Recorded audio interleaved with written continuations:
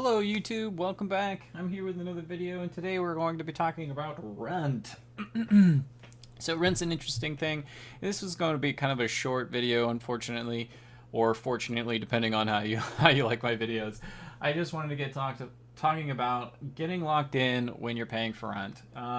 So here's a big thing. When you're renting from somebody, getting locked in can sometimes save you a lot of money because you're on a rent. If you're renting by month, the chance that they could change your rent drastically could be huge. They can change it all of a sudden, and it could be quite drastic. You can end up paying $60, $100, $200 in a year all of a sudden. And if, in fact, I think in 1 year we managed to have our rent increased like $100 and something, $110. So with that being said, get locked in. Get locked in, and either you know what you're going to be paying throughout the year, or you know what you're going to be paying from year to year. And maybe you can set up a deal that maybe you do like a 5-year deal if you really plan on being in that place for a really long time. Like maybe for your first home, you can get locked in at a specific amount for a really long period of time and save yourself quite a bit of money.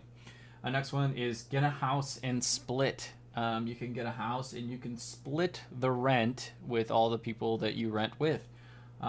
This is a really good way to save a lot of money when you split with all your renters or rentees or whatever you want to call them. So do that, but there is something that you need to do, and that's set some ground rules.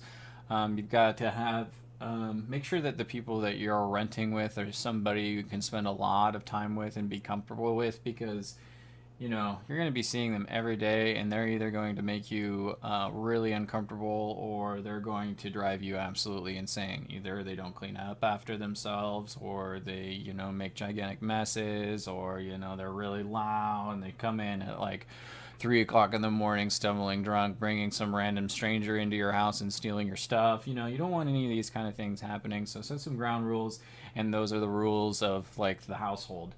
I think that's a really important thing, especially when you're renting with a bunch of people. Another one is take care of the rent space. You really want to take care of your space because you want to get your deposit back. That's one thing. And another thing is you just really want to do that because what's going to happen in the future is if you ever go to decide to rent into a nicer place, you're going to end up with a situation where somebody's going to be like, whoa, I'm going to call up the previous person that you rented with, and if you trash the place, they're gonna be like, no, you can't move in here, and you might need the space really bad, and then you're screwed. So take care of this place that you rent. Just take care of it, and then you'll be covered. They'll be happy. Everyone's happy. So thank you very much. Like if you like the video, dislike if you dislike the video, and if you really like the video, subscribe. Hope to see you guys again here pretty soon. Thank you very much. Have a great day.